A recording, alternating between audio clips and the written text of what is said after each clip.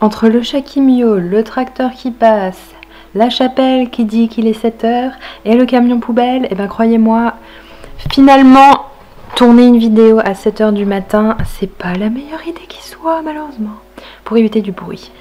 Aujourd'hui, je voulais pas parler de bruit, mais je voulais plutôt parler d'un autre truc qui sera diffusé en gros plan. Je pense qu'il est possible peut-être que j'amène une nouvelle mode sur YouTube et que je sois enfin célèbre.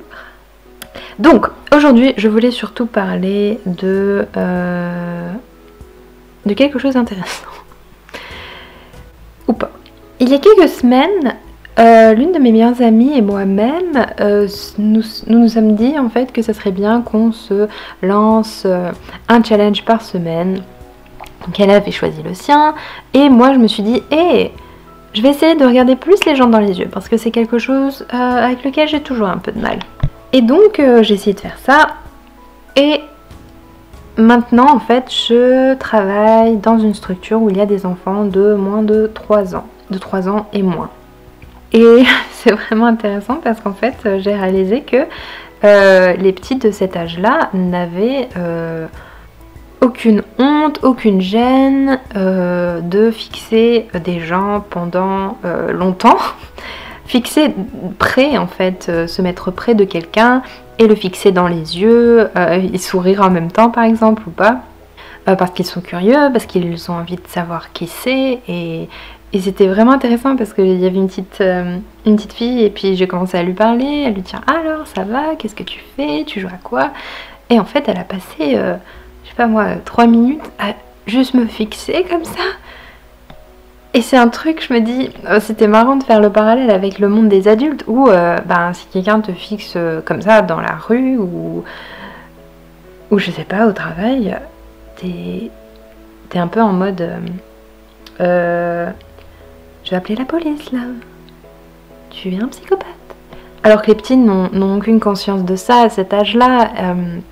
C'est ça qui est magique, ils sont totalement eux-mêmes et ils font absolument ce qu'ils veulent. Et voilà, c'est tout naturel et je trouve ça vraiment magique et ça m'a fait penser justement à ce challenge de regard dans les yeux où pour eux, c'est même pas un challenge en fait, c'est la vie de tous les jours d'observer les autres et puis voilà, donc je me suis dit, ça serait intéressant en fait de me comporter un peu parfois comme ces enfants qui n'ont peur de rien et qui sont tellement rafraîchissants parce qu'ils sont, voilà, comme je l'ai dit, simplement eux-mêmes, sans se demander s'ils conviennent, s'ils sont respectueux, s'ils mettent quelqu'un mal à l'aise, s'ils sont bizarres ou pas.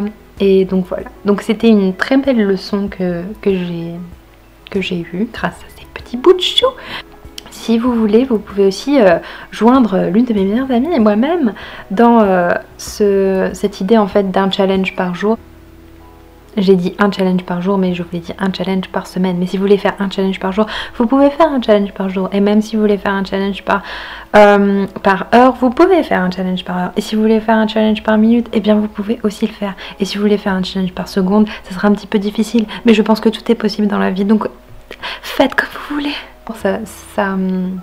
C'est pas obligé, déjà premièrement c'est pas obligé que ce soit un challenge différent chaque semaine. Si vous voulez pendant plusieurs semaines faire le même challenge comme moi au niveau du regard, par exemple regarder les gens dans les yeux, c'est un challenge que j'ai depuis déjà 3 semaines. Et voilà, parce que je trouve que c'est bien pour un peu, encore une fois, sortir de notre zone de confort et essayer des choses qui nous font peur et voilà. Donc c'est tout ce que je voulais dire. Passez une bonne journée. Salut.